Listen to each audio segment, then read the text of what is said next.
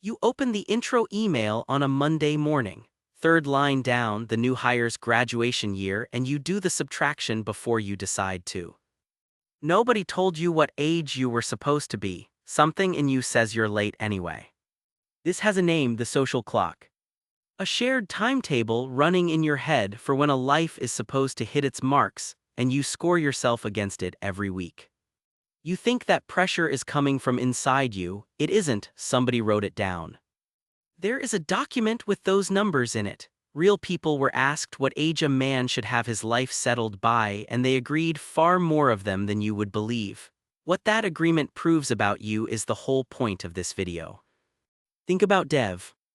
Dev is 31, 2 years into a job he took as a bridge to something else, and the bridge has started to feel like an address. On Sunday, his mother asks how work is going, and he hears himself add 3 words to the end of the answer. For now.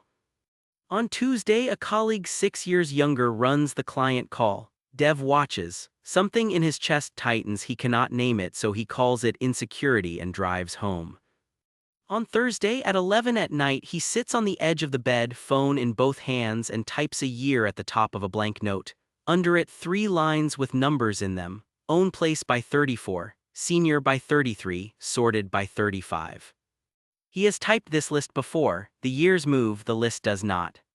And not once in any of it does he ask where the numbers came from. Here is the document, the number in it is the surprise.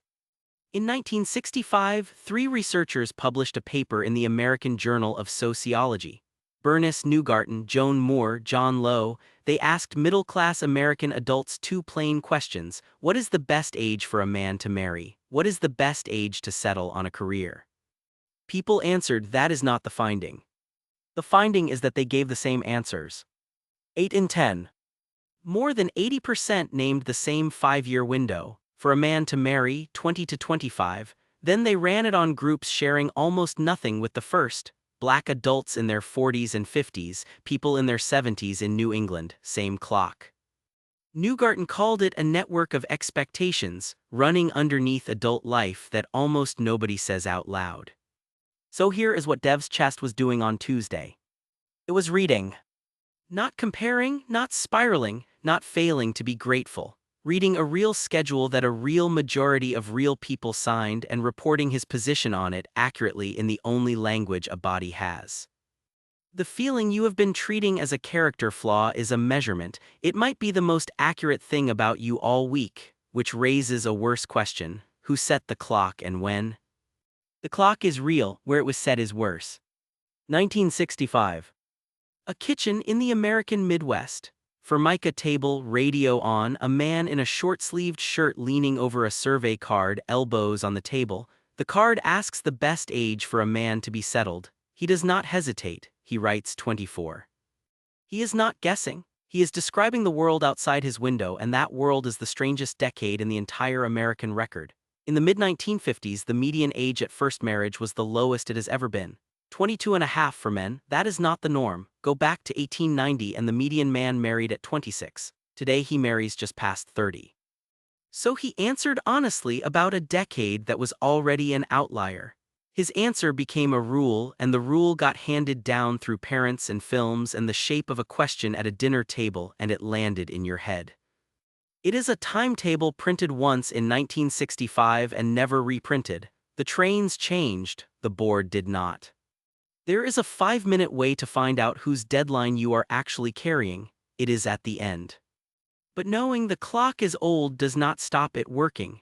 Dev knows the numbers are arbitrary. He types the list anyway, so something else is holding it in place, and it is the part nobody checks. Say your loudest deadline out loud. Now say what you think happens if you miss it.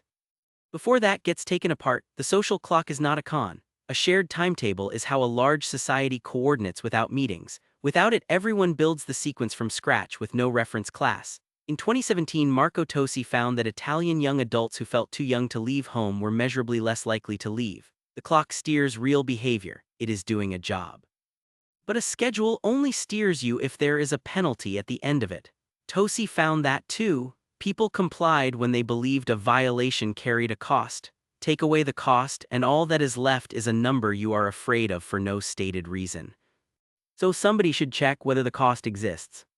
In 1996, Richard Settersten and Gunhild Hagestad went and asked 319 people. A random sample of adults in the Chicago area walked through deadline after deadline.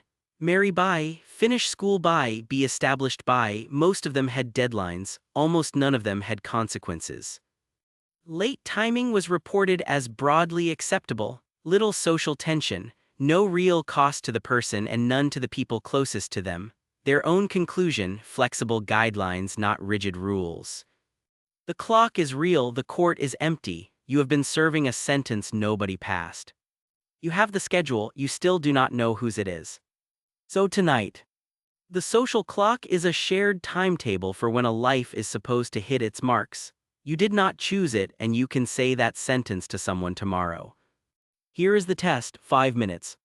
Write your 3 loudest deadlines as sentences with a number in them. Own a place by 34, senior by 30.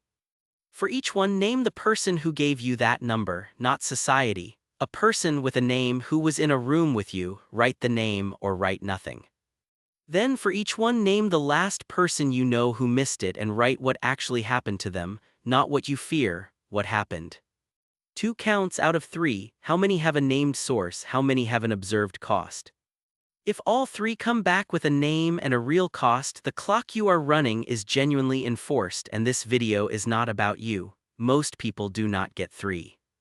Then take the loudest one and look up the current median age for it. Write that number next to yours. Neugarten's people agreed inside 5 years, that window has moved by about 8. And the cost of doing this, you lose the deadline as fuel. A lot of people are running on that pressure and nothing else, and when it goes, the floor can feel like it went too. A schedule is unpleasant, it is also a structure. Next Monday there will be another intro email, another graduation year, and you will do the subtraction. That part is not under your control. The second thought is not I'm late. The board still says 24, the train's left at 30.